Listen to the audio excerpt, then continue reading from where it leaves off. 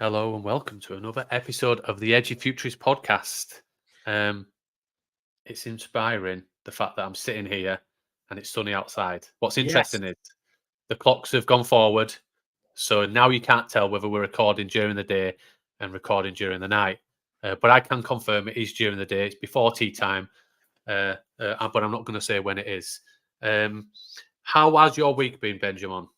It has been interesting. It's been good fun. Done lots of cool things. My favorite, if I was to say what my favorite thing this week, and it sounds a bit like weird, but my favorite thing is I always love it when it's new book day, right? So it's getting more and more regular when I get new book day. You know me, I like to read, and those who are watching will see that there's books everywhere. But one of our guests, who, if you were regular listening to a podcast, you will have listened to, is Petra Velzabor, and she came on a podcast a little while ago, and she has written a book called Begin With You, and it was a new book week this week, right? It's new book day, one of the days this week, and I'm already like 90 pages in, even though I'm in a full-time job and two young children, or youngish children, and it's phenomenal. Like, her story is just phenomenal. So if you haven't listened to that podcast, go back up and listen to episode, I think it's 238, 239, something like that. Petra, it was phenomenal. So yeah, that's been a good thing this week. I've enjoyed doing that, and some exciting things on the horizon for some nice conferences coming up, and some decent workshops as well. So Yeah, what about you? Not new book day, but revision and gone back to some books this week. So done a bit of posting on social media talking about vulnerability and leadership. So I talked about a couple of my favourite books. Brené Brown. Who else did I talk about? Radical Candor by Kim Scott.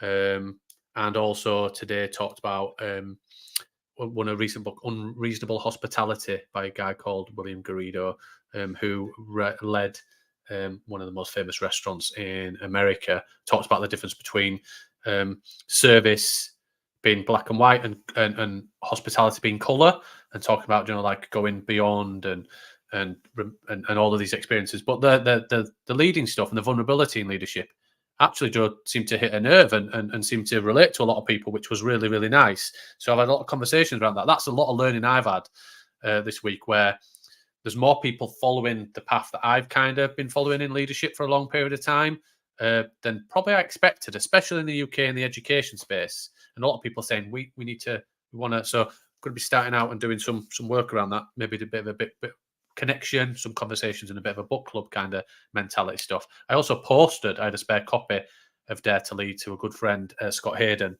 So if you haven't read the book, get in contact with Scott Hayden if he reads as quick as Ben, and that book will be passed forward and be shared. That's what I've said. I've said I will gladly post it to you as long as you read it and you pass it on to somebody else that wants it. That's kind of the ambition with any of the books, isn't it? And Ben, hopefully you continue to do so, because you have about 1 million of them. Yeah, I like collecting. What I'll do is I'll buy it for somebody else, because if I've read it, it stays on the shelf for posterity. I don't pass them on. Like, I go back to them. So I'm about. So do I, but I had a spare one of these. I know. I'm gonna knock that wall out, that chimney out eventually, and that's just going to be the hall. That's where we're going to be. So I decided that we're having a library here. So that's the rules. That's what we're going to do. Anyway, well, we've got a guest, so let's not waffle on too. Yeah, let's. Yeah, we said 2 minutes and it's now 4. I thought we were doing really well when we got to about 2 minutes, and then I kicked off dinner. But let's bring our guest in for today. Hello, gents. How are you doing, Carl? You all right? Yeah, good. I've been learning a lot the last few minutes, taking notes here. Unlimited hospitality. What else was there? Anyway, yeah, good to meet you both. Thanks for listening. Unreasonable hospitality. Unreasonable. Thank you. But so Carl, obviously your surname is not with his face the right way around. But we were having a chat backstage about how you're spending a bit more time on video conferencing and doing podcasts and everything else, and the confidence of being trying to sit right in the middle. I move around constantly. My chair also, I've got a new one coming. Will constantly go down during the episode, so you'll see me shuffling back up. That's nothing to do with me being fidgeting. It's just the way it is. But I know my head's always tilted to one side when I've noticed when people take photos of me. But now, because it's not used to the way I'm seeing it, and I told this about this before I came on air. I'm like, so which way do I move to put it in the middle? We'll get there. People that maybe not familiar with your work or anything else, do you want to kind of give us a bit of an intro into yourself and your path and your journey in the current work? Yeah, happy to do that. Thanks. So my name's Carl Gombrich, and my face is generally the right way around. Um, I was a professorial teaching fellow of education at UCL, the big university in London. Actually, a professorial teaching fellow of interdisciplinary education. We'll get onto that a bit more later. So that's where you get the professor track at an established university by showing leadership and innovation in education rather than research.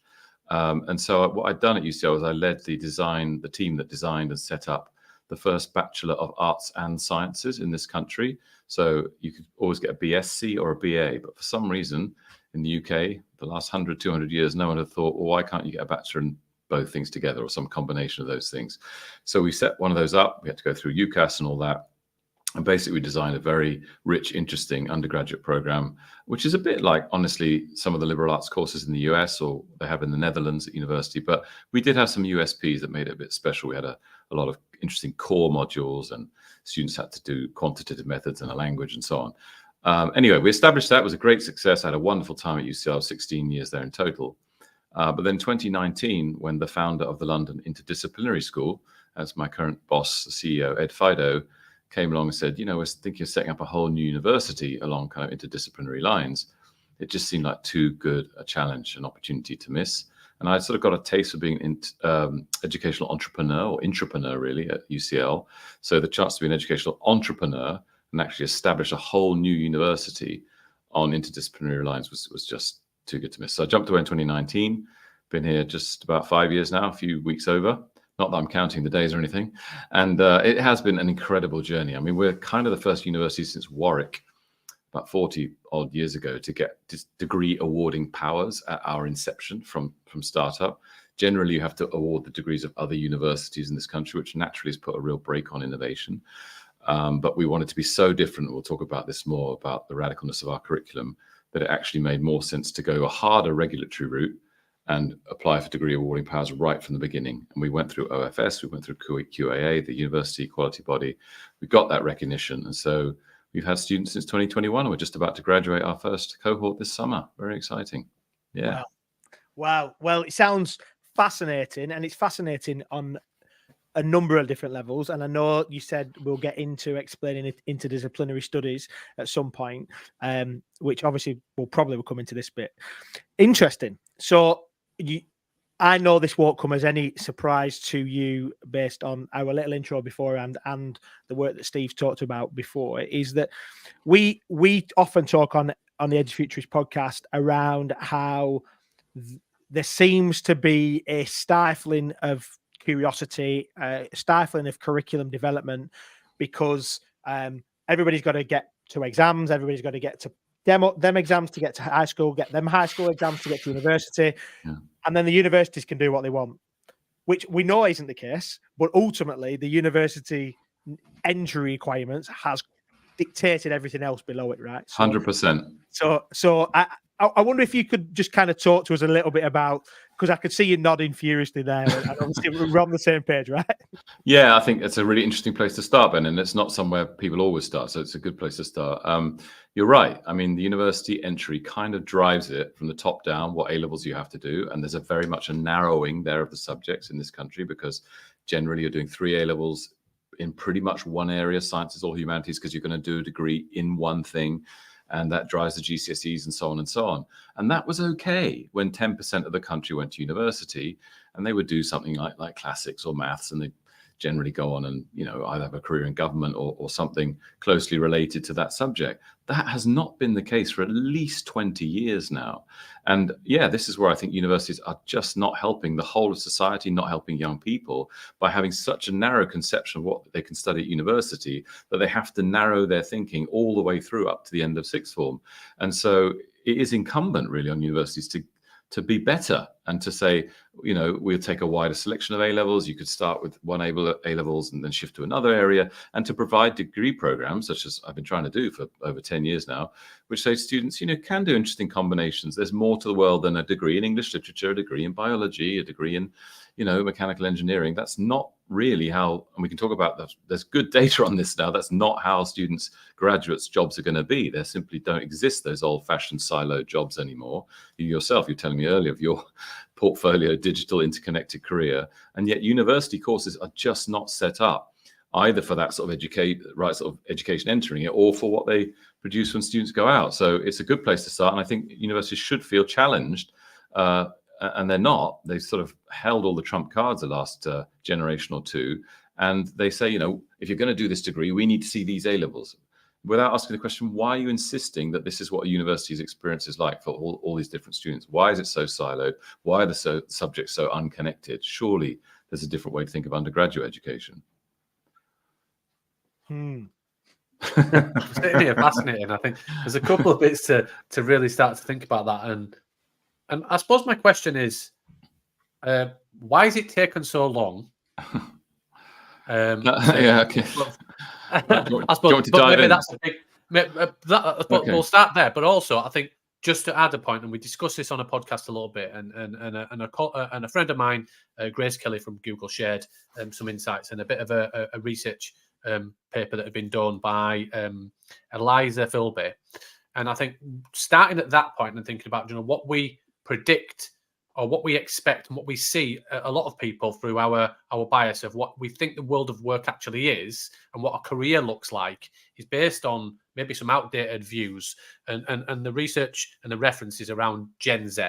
And I think Generation Z is 95 to 97 in terms of an age bracket, and to 2012. Whether you like that term Gen Z, but in terms of those people, what the research says is that they will have, on average, 17 jobs, 5 careers, and 2 side hustles. And also, Ben, we better catch up. We're behind. I think I'm already there. So I was going to say, that's all of Ben just now, and he's not even 40 yet.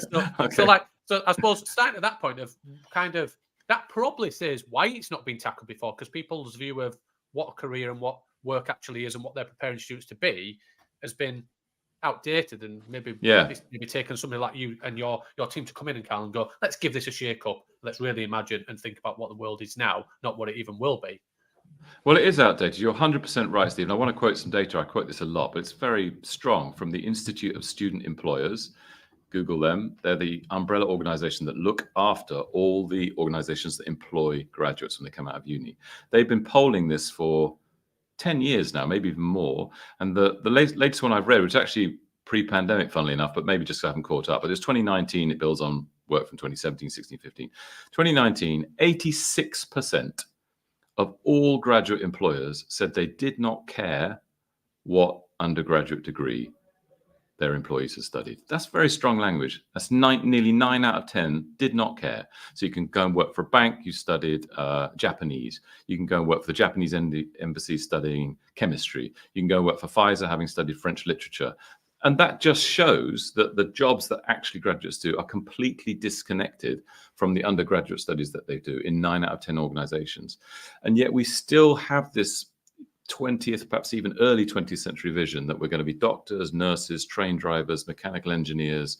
It's just not the way the world is anymore. It's far too much connectivity, far too much hybridity, which is another word that big employer organizations use a lot. And why it hasn't caught on, Steve, I think is, well, partly, weirdly, because there's so little connection between undergraduate and future, universities have gone, well, there's no connection, so it doesn't really matter anyway. We'll carry on doing what we're doing because the employers don't seem to care either way. That's a very negative reason. That's not positively setting up students for this connected hybrid world they're going into, but they can get away with it because, as we've seen, the data shows that the employers don't care. But the other reasons are kind of, legacy issues. The fact that university departments have to serve themselves. They're full of people who know one thing extremely well, whose lives depend on producing work in that particular area, and they want to teach people just like them. As a colleague of mine at UCL, a very senior neuroscientist, said, and he was on my side of the debate, they want to produce mini-me's. They want to produce ideally PhD students who will then carry on doing that work in the next generation. Again, that's fine when you've got a tiny fraction of the population going to uni, but actually 99% of people going to university are not going to be academics. So let's think about the education they actually need at undergraduate level, which will give them a flourishing life and career after university. Now, I just have to put in a little caveat, because I'm not against you studying maths if you absolutely love maths, or economics, God forbid, if you actually love that much economics that much. But let's say you did.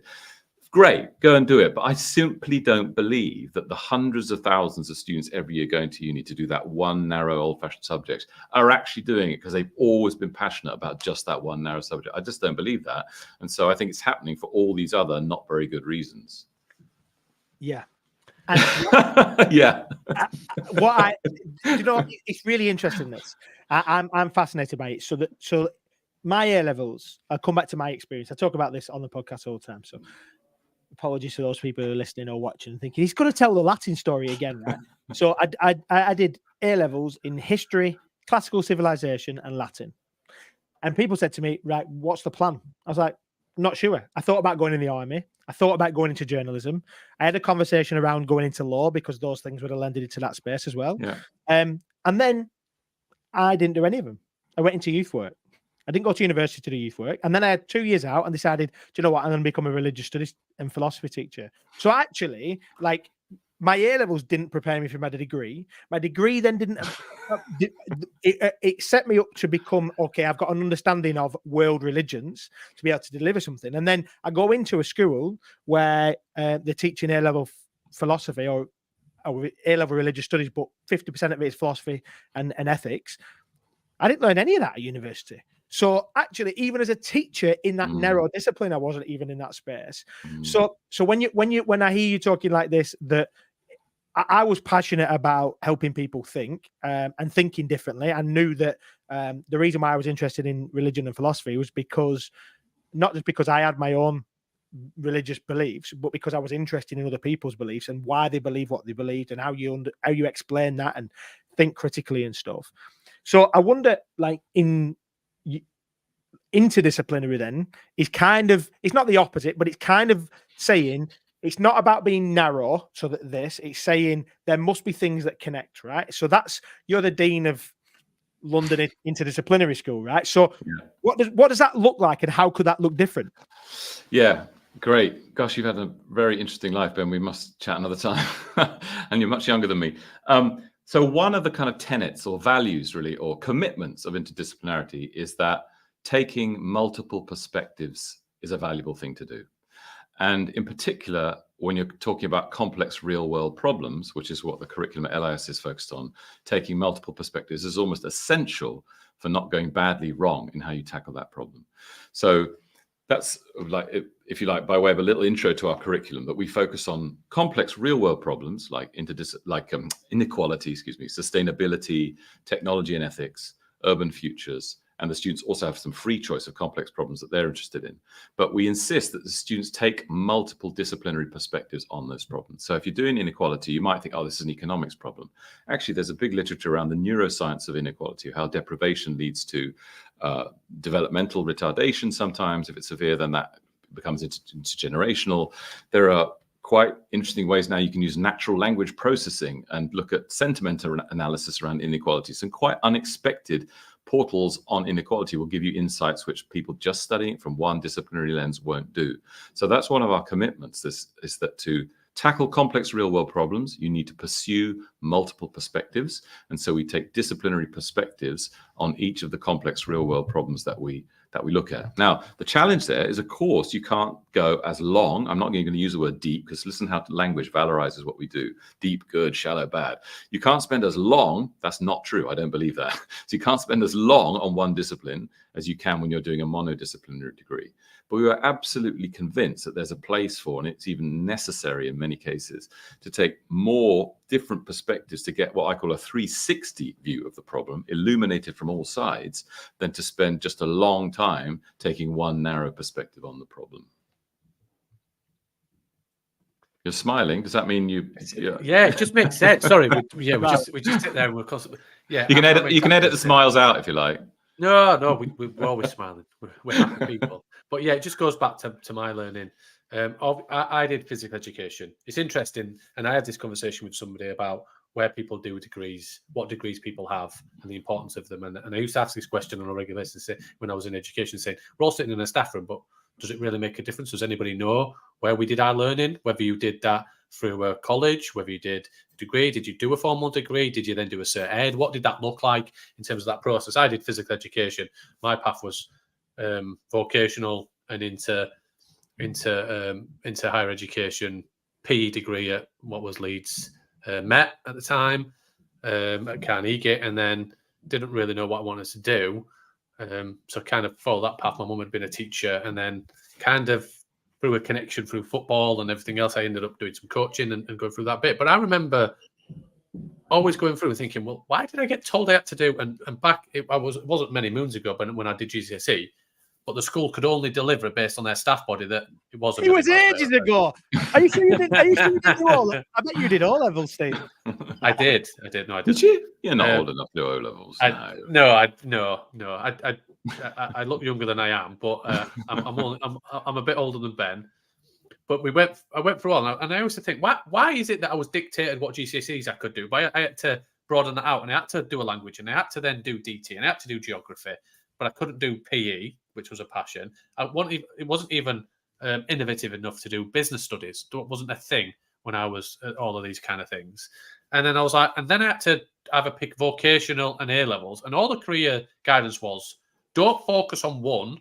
Don't do vocational, because ultimately you might not want to do that in future. And I was like, well, that's fine, but I don't want to do those 3 A levels that the school's offering because I have no interest in those bits. And like, well, do those 3 A levels because you're more likely to get to university. I was told I was never going to get to university, by the way.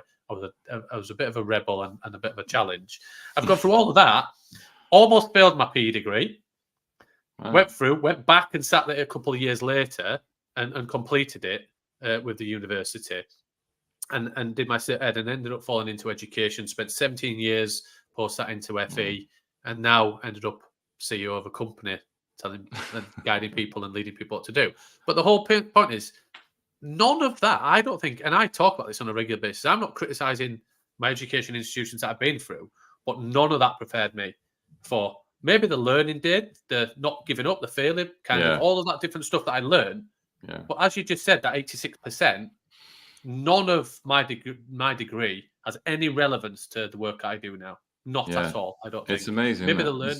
It's just, and I just sit there and I just think, why is it that we're still putting people into that pigeonhole of focus on this? Because it amazes me.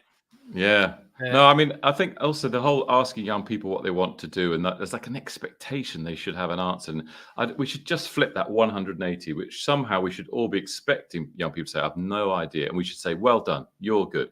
And the guys say, yeah, no, I'm going to be this. It's like, okay, maybe you're probably wrong, but okay, I'll tick the box for you. It's like exact opposite what we do. We kind of, I don't know whether we're anxious as adults or parents. If a kid can just tell us what they want, we're kind of relax about them. But the whole dialogue with young people around this is literally 180 degrees wrong, I think. You should not have any idea what you want to do until you're at least, I don't know, 21, maybe 25. And then all this would take different shapes. But we just want to pigeonhole for various personal, psychological, institutional reasons. We want to pigeonhole young people so young. And it's just not helpful for them, for us, the system, or anything, I think. I think there's that whole conversation. Sorry, Steve. There's all that conversation that sits in there around we pigeonhole. It's a societal thing as well, isn't it? Because ultimately, since time immemorial, people got jobs for life, and obviously, Steve put that stat out there from Eliza Philby, and you've mentioned there about people not really caring about what degree somebody has. The truth is that sits in there is that I remember that conversation that you've talked about. I didn't know what I wanted to do, and the answer is there's no right or wrong answer in a lot of that. And the ability to pivot causes so many challenges, because especially with things like technology like we're talking about that are displacing teachers, that are displacing people from other job roles, and they've got no ability to go, do you know, I thought we were going to be a welder for life. I thought I could be a bus driver for life, but now they've got these self-driving. What's going to happen? So exactly. And that's where it matters, really. And I know that you talk about that from a conversation around this evolving curriculum and about how a curriculum needs to be like based as a network, right? So it's about thinking about, if you go down that route, that's okay. but then there's something else that comes alongside it. Is that Well, how you structured it? That skill, right, or some people call these meta skills now, is a skill in itself. And there's been a lot of debate, you'll know as teachers, about how much you can teach of this kind of meta cognition, meta skill stuff. But it just is a skill to be able to pivot in life. It is a skill to be able to say, I'm not going to fall apart because I've lost my job. I'm going to learn this new stuff. So all that stuff, which is a bit cliche, but it's still real, about learning to learn, is absolutely essential. And again, if you're on a kind of interdisciplinary program where you're constantly hopping from an arts perspective to a data science perspective, you really have to learn to be mentally agile, which is a really positive meta skill. Whereas if you're sort of like stuck in one trammel and only seeing the world through books or through numbers, you naturally don't develop that skill. There is some research actually that people's mindsets get set quite early on at university if they just do one thing, because it's easier, cognitively easier, just to think in that way. But you're missing out on all that kind of learning of adaptability, resilience, being able to pivot, knowing yourself, how you learn best, and so on. So that's a kind of comes along with interdisciplinary learning as a really valuable life skill, I think. And do you think, in terms of, let's obviously focus on higher education, but take it across all sectors, I guess. But in terms of that future-proofing of higher education and kind of defining what its role is and its purpose and whether that needs to change, do you think this is the first start bit? And do you think there's a nervousness because it's going to take a bit of a big shift to really redesign what those organisations and structures look like? Because if you've got people delivering that bit,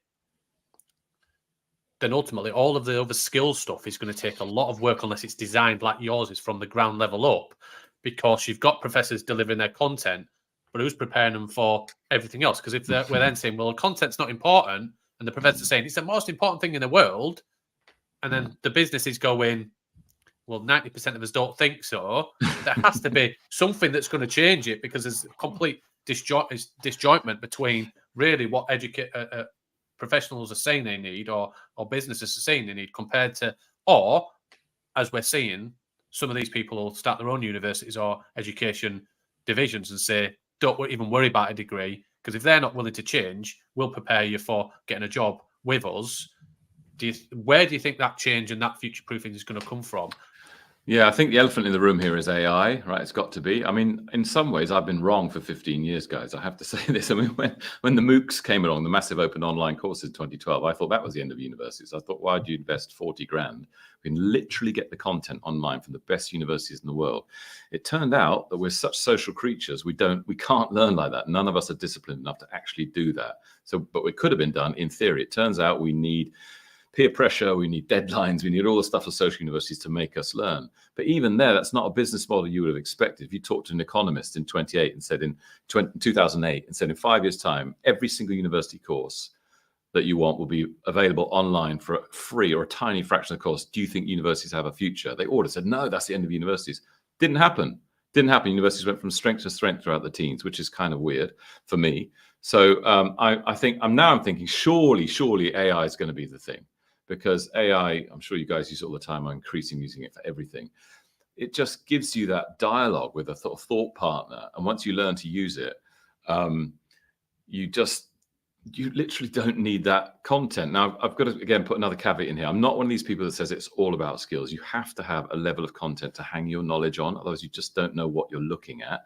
But actually, this is quite relevant to LS as well, because we don't teach much content, but we teach a lot of methods. So our curriculum is basically these real world problems and the methods to tackle the problems. The methods are things like how to design a survey, data science, how to do proper data science analysis of data frames, interview techniques, how to analyze a piece of text. And so those things, so I'm getting to my point here. Once you can use the AI to give you an answer and to critique that answer and say, where do you get this answer from, AI? Where's the source of this? And then if you can go to that source, and then at that point, if you have the knowledge to say, this looks like dodgy research, or this data doesn't look like worth considering, it doesn't say what the AI said it does, then you really don't need to spend years learning that content. You've got the surface of the interface with the AI. You ask it the questions, this curiosity you guys said at the beginning. You've got to foster better curiosity, better question asking. But then you do need to teach some pretty hard skills. Otherwise, everyone's just going to believe the AI. And when they ask for the source of the of the knowledge that AI is giving them, they're not going to have the skills to critique what they're looking at. They need those critical skills across a very wide range. But again, I would argue this is where you need or at least definitely multidisciplinary skills to know if that paper you're looking at psychology is worth the ink it's written with, or whether that bit of anthropology is dodgy in some way. So you need a broad range of skills to interact with the AI, but you don't need years and years of content dumped in your brain. It's there. If you ask the right question, it's right there. Sorry, I've really got on this one, but I think this has to change things now, AI. But as I say, I've been wrong a long time, so maybe don't listen to me. But what do you think? Do you think AI will finally move the needle? 1,000,000%. Why do you think that, Ben? Why do you think this time it's different? Because some people say it's just like advanced search, and I get that too. It is kind of like but is it that qualitative difference in the search which is going to make it different this time? I think it is. I think the fact that it seems to be more readily available than any of the other technologies that we've talked about. It feels like Gen AI stuff is everywhere you go. People are saying, "Have you played with that Chat GPT?" Or it's rarer and rarer that somebody's not seen it. Is the first thing. And so in terms of like the life cycle and obviously people said that more people adopted ChatGPT in the first 100 days in the iPhone, and all the stats that go with that. So I would say that the prevalence of it, but I also think from an AI perspective, what people are beginning to realize now, I think, is that type of technology has been in our world for a while, but what the opportunity to think, is there an AI tool to help us do this, or is there AI within the tool already to do this? I think it's becoming a normalized conversation. So every time I'm going into schools, yes, don't get me wrong, schools, colleges, universities are all saying, well, we need to ban it because these young people are not learning anything. It's still there. It's still there. And I know people recently who have been delivering workshops or keynotes, and people have walked out because they don't want to believe that this is a real thing. And it almost feels like, well, we can hark back to the way that it's always been. But I think what we've got now is, I don't think we can put a head in the sand on this one. I don't think there's anything been more disruptive in education in my lifetime. I've been in education since 2004. So in my lifetime, I don't think there's been anything more disruptive. I think this is more disruptive than the internet. So that's the reason why I would say, I think. I mean, we're all learning here, I guess. So I just want to share a couple of anecdotes on this because I love this. I love the way we're learning about it. So at the uni, what I did this year to kind of get around this real panic some teachers have about this stuff is that the students had to write an essay in collaboration with an AI tool. It was a difficult essay I set them. And actually, it's interesting because I've set that essay many years and the standard just went up massively this year because they were writing with AI. But then I asked them to submit alongside that an explainer, a video explainer, which they recorded, showing how they'd use the AI every step of the way for content, for research, for evidence basing, for restructuring, for grammar, the whole lot. And those pieces, as teachers, I know we all are, were fascinating. I'm going to showcase them at a couple of conferences coming up. And that nothing scares me about that. You had a dyslexic student who was sort of writing a beautiful piece down, able to explain how this had taken her to a different place. You had other people using chatbots to kind of thought partner. It was just amazing. And there was simply no question that those people have been dumbed down by interacting with AI. So that was very positive for me. There's all sorts of questions like how many video submissions can you mark, blah, blah, blah. But that's kind of, we'll work that out. We'll probably get AI to assess the videos eventually. But anyway, that was really positive. And then one other story, I'm going to embarrass my son, if in case he hears this. I have a son who's lower 6. He's really, really good at school. And he said, like 6 months ago, said, have you used any AI? He said, I've deliberately decided not to touch any AI because then I'll know how pointless it is, all the stuff I'm learning.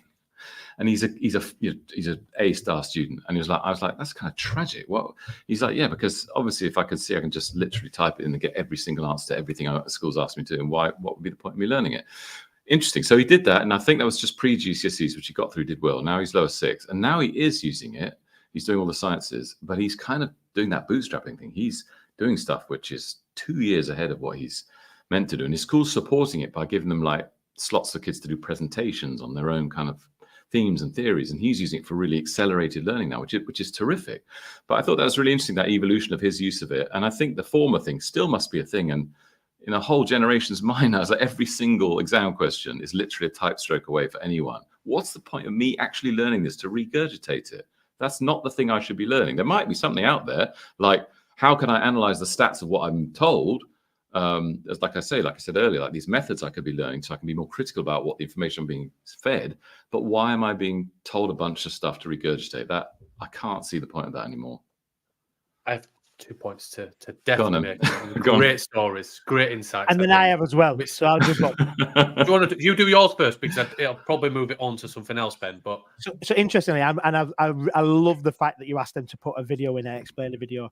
The conversation I've had with a number of universities recently is about, actually, it's not about not using it; it's about transparent use of it, because it's okay for you as a teacher to use it. Yeah, exactly. Yeah, you're all right for using it for your planning, for your marking, for your resource creation.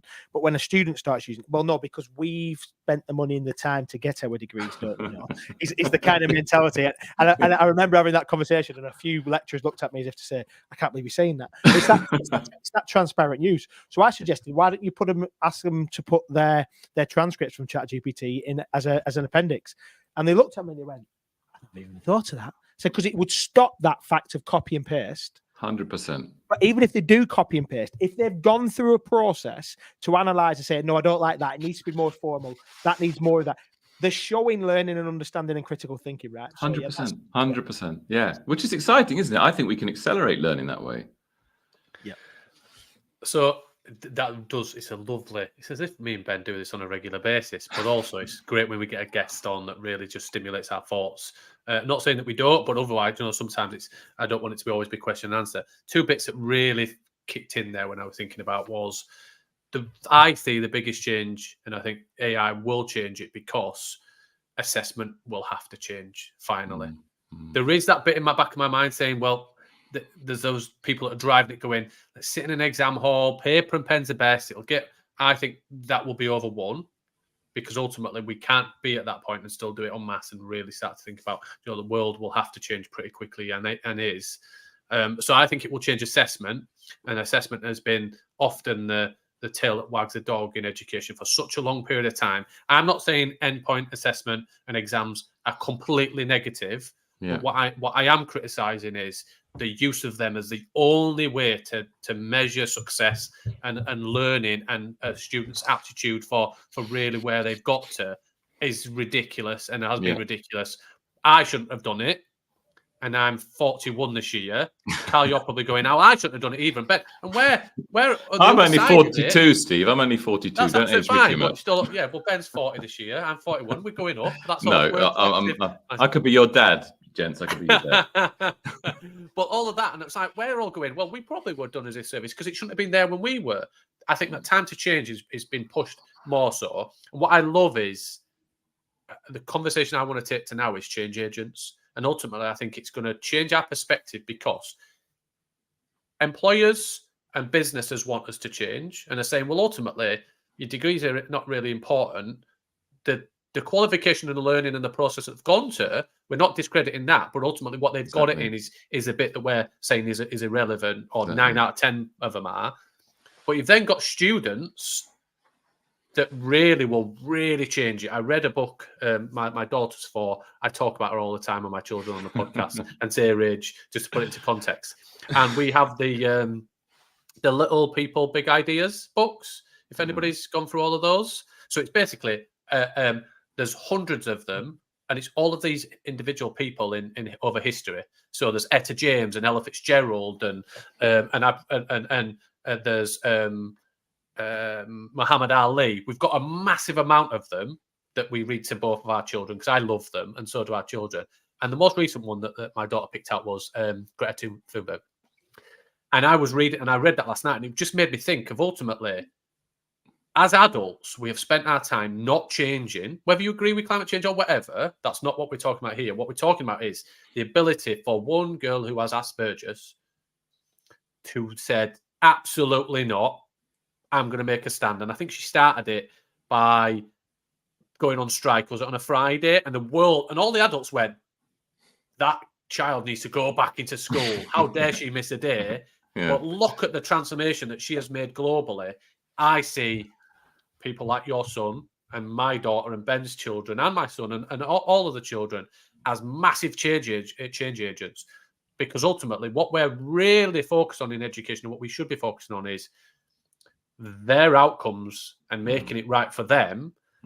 And ultimately, I think they're now getting this voice and learning of, ultimately, we used to be those people that were in a room but never really listened to, and now look at the change that they can make. And they've seen it from individuals beyond Greta and everybody else, and actually then say, we can be change agents. And I think maybe talk to that of how we can then listen to really help the student voice change sectors of education and the future of education. Honestly, do you guys see that much? I don't see sort of like we've got Extinction Rebellion now we've got the Palestinian thing. You see a lot of young people involved in that.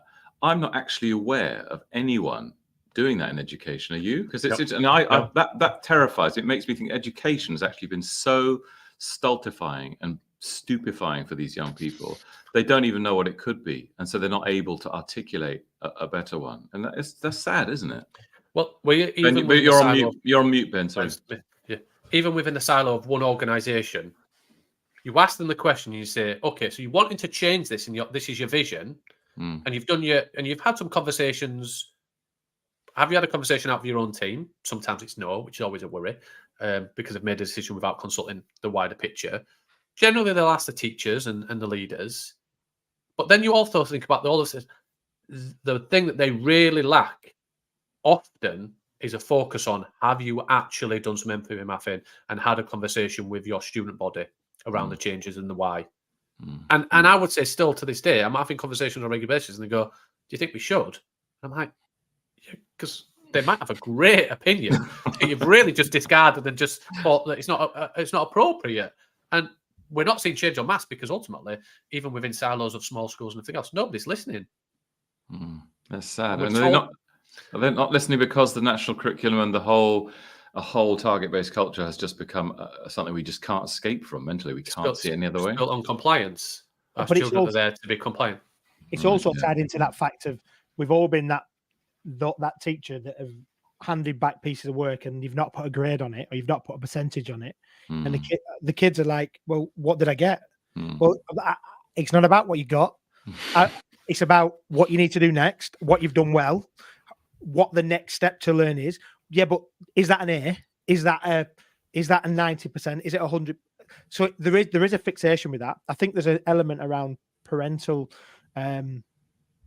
control. I don't want to say control in a negative sense. I mean, like there's parental expectation because they've experienced it. And Steve says this quite a lot, that most people have got an opinion about education because they've been through it. It might have been 40 years ago, but that's the way that education should be.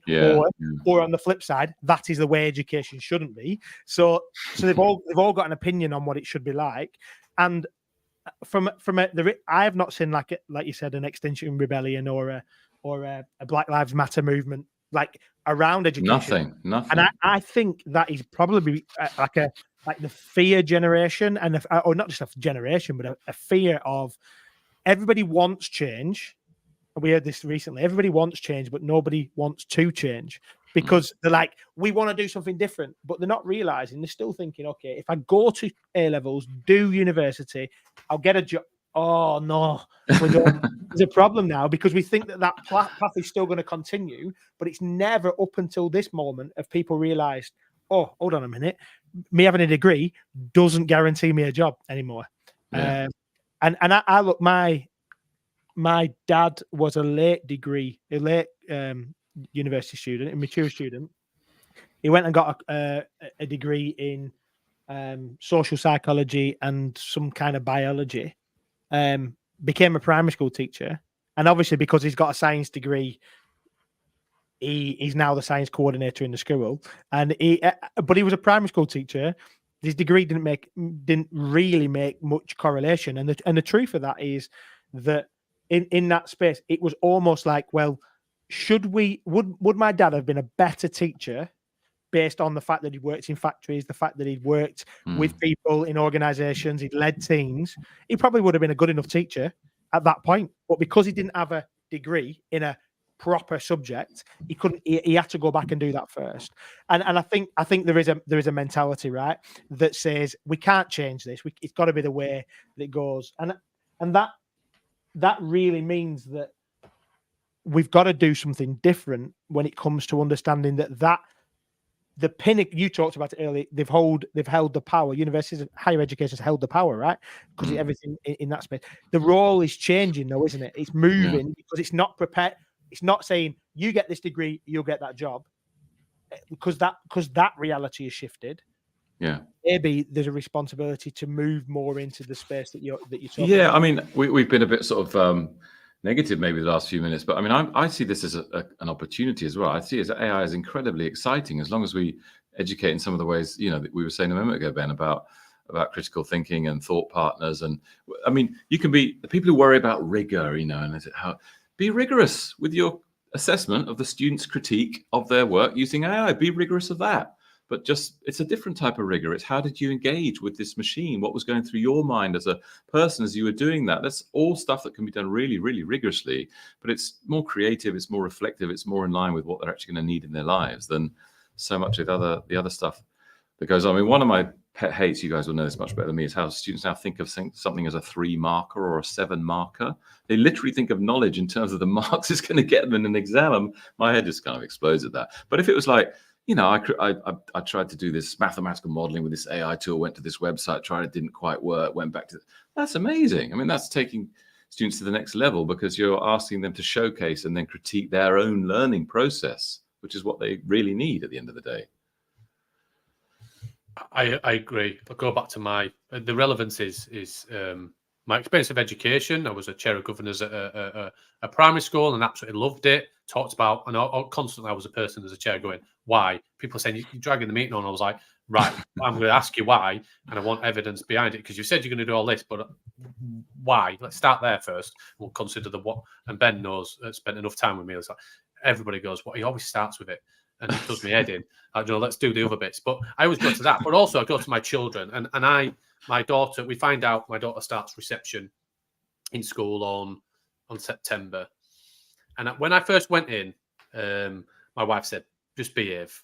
Just don't be that guy. No chance. And I was like, okay. But I said to my daughter's early years teacher, she's in nursery in the same school that hopefully she's going to go into. And they do a great job. Absolutely love it. It's in the middle of a council estate. It's so diverse. I absolutely love it. And they take a bit of a Montessori. I love it. Absolutely love it. But the one thing I said is, I make no apology. And please just bear with my daughter if you feel that she's constantly asking questions and she never shuts up. I said, the one thing I would be really disappointed is if my daughter came home and she felt that she couldn't be curious and she couldn't ask questions and she couldn't constantly bombard you. I was like, I know that's going to be really draining. And I've been a teacher myself, and I know that's going to be really challenging because you've got 30 kids or whatever number you've got, and you want everybody to have a voice. I was like, but my opinion is, as challenging it is for you, imagine as the parents of these children, of raising independent kids, it's really difficult. And when they won't go to bed, my daughter there says, you told me I can do whatever I want, Dad. And I'm like, go to bed at 8 o'clock. But ultimately, I see this as a real opportunity. Whether it's AI or anything else, we need to develop our children and our young people that curiosity didn't kill the cat. Be curious, be impatient, ask the questions. That ultimately the adults have a lot of knowledge and they can share it with you. But please challenge that knowledge of ask the why and ask to do all this because and not to be negative to them, but just to kind of explore your learning and your understanding of it. And I did say this to the woman. She's like, I was like, please don't discount it so my daughter doesn't get into the school because ultimately that's fine, but I don't want it to be that bit. I was like, I just don't see it as a negative. I was like, and that's what I've told my daughter to do. So if you ever get to a teacher parent day, and that's one feedback, I was like, I'll tell you now, I'm not going to listen to you. And I was like, and my wife was like, why are you saying all this stuff? I was like, because I just want to be honest with them. I see this as a massive opportunity for our young people and our education system to just say, you know what? Ask the questions and let's spend time doing that. 100%. Yeah, another anecdote actually, because this is really interesting to me. I taught a class recently to, who were they? Anyway, they were, I think, prospective students who'd come here.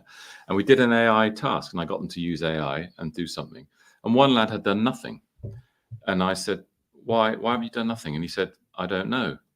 And I said, okay, I'm going to push you there because I don't think that's an acceptable answer. I said, even if your answer is, I'm so confused, I can't even lift my right hand, that's an answer. But I'm not going to let you sit here and not interrogate why you've done nothing for 20 minutes. And so for me, that's valid as an educator to say, you know, like even being tougher than you're saying, Steve, like if a student's asking tons of questions, that's fantastic. If a student can't ask any questions, that's a negative. And they have to know that that's the job of education, is to teach themselves to ask their own questions. You start from there, sort of thing, right? And again, I think AI does this. I was like, why didn't you ask the computer, why am I so confused? And he hadn't even thought of doing that. But that kind of unblocking thing, I think that's another thing AI does actually, even helpful for all of us. I think we put these barriers in our learning. It's just, there is literally no excuse now not to have an AI open and write, today I'm really confused and upset, why might that be? Just start some kind of crazy dialogue like that. And that unblocking can be positive. And students, you know, now I'm sounding maybe a bit old fashioned, I'm a bit of the whip, but there's no excuse really now for just sitting there saying, I can't tell you anything, because you can always ask the machine a question, even if you don't want to ask a question of teacher or anyone else. Yeah. And that is very much part of this conversation around student agency and autonomy, but also student responsibility in that space, right? So yes. If you were to ask my 9-year-old what she would like to do as a job, one of two things comes up every single time. You know, everybody knows what the first one's going to be because she's 9. So the answer is vet. No, YouTuber. Oh yeah, sorry, of course. I'm very old-fashioned. Yeah. So the first one is YouTuber. The second one is she's a performer, right? So she wants to be on TV, or she wants to be involved in productions. She loves doing that kind of stuff. Now, when I said to her then, okay, that's fine. So what do you need to do to ensure that you get to where you want to get to from a career-wise, whether that's YouTube or whether that's performing arts? She looked at me and I could tell what her face was thinking was, Dad, I'm 9. How would I know the answer to this question? So it's really interesting though that I didn't want to give her the answer. So she goes to drama school already. She goes to a few classes and whatever else. She came out of one the other day and she went, Dad, I spoke to my teacher. And she said that I don't do ballet. I'm probably going to need ballet as a skill to have if I want to go on the stage. Because I actually talked to her about doing like musicals and stuff because she really likes that. And I was like, first of all, I was choked up the fact that she'd asked the teacher, she'd gone to discover what she needs to be able to, and then ultimately the conversation that we've had now is, do we need to do ballet? And she went, Dad, I'm 9. I missed out like probably 4 or 5 years. I was like, well, let's start now. Let's do some intensive stuff. So now the conversation is she starts ballet next Tuesday. The reason why is because she showed initiative about I know what I need to do. And it's the student in that space. We know that, like you've said, there's loads of students that go, I don't know, no idea. What do you want to do when you grow up? No idea. Okay, well, have you thought about options? What might that look like? And so the student involved in that conversation is key to the way that you work, right?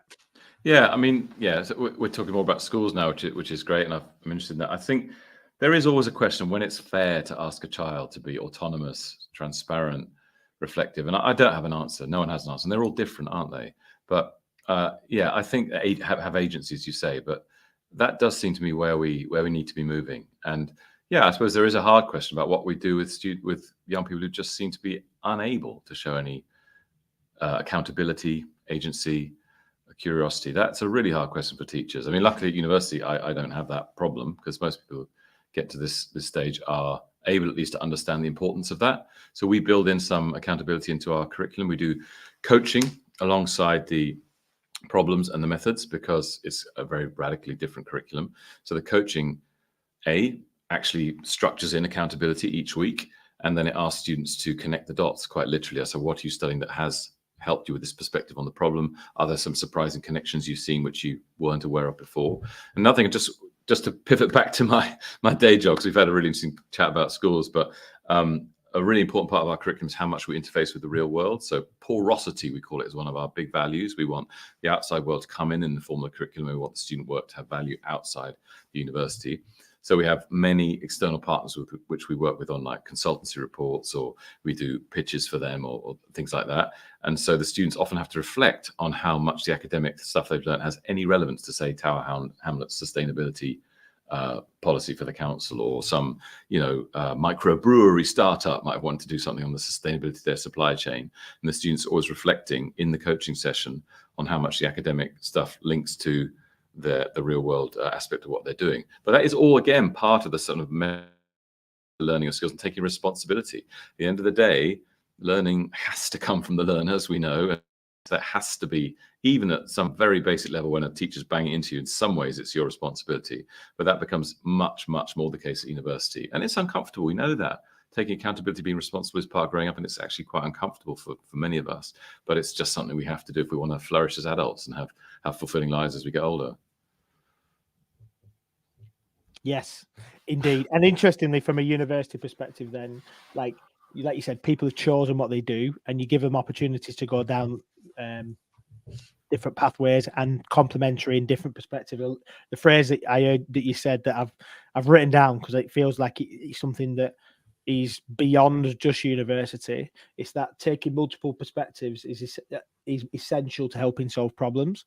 And it's like that ability to be able to look at something from a different perspective is like gold dust, because most people they've grown up in a certain political persuasion, certain economic way, certain family type, certain experience, and therefore we are biased by nature. So then I think we need to move into that idea of, we need to look at something different to this, right?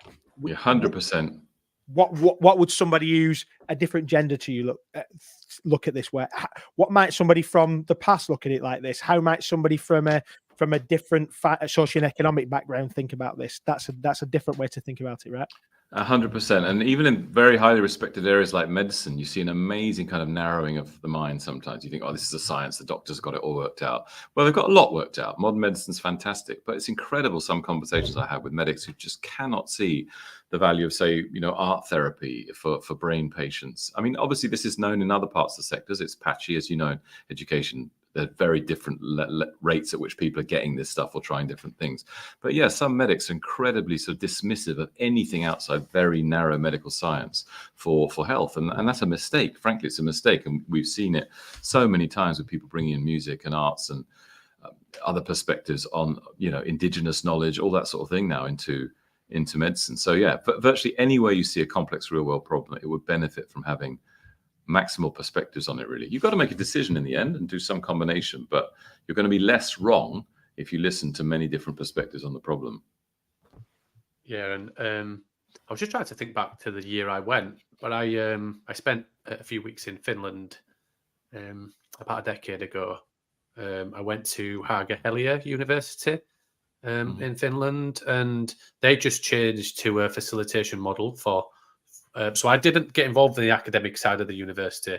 I was teaching physical education at the time at college, doing some work, obviously, with Google ecosystem that the college was interested in.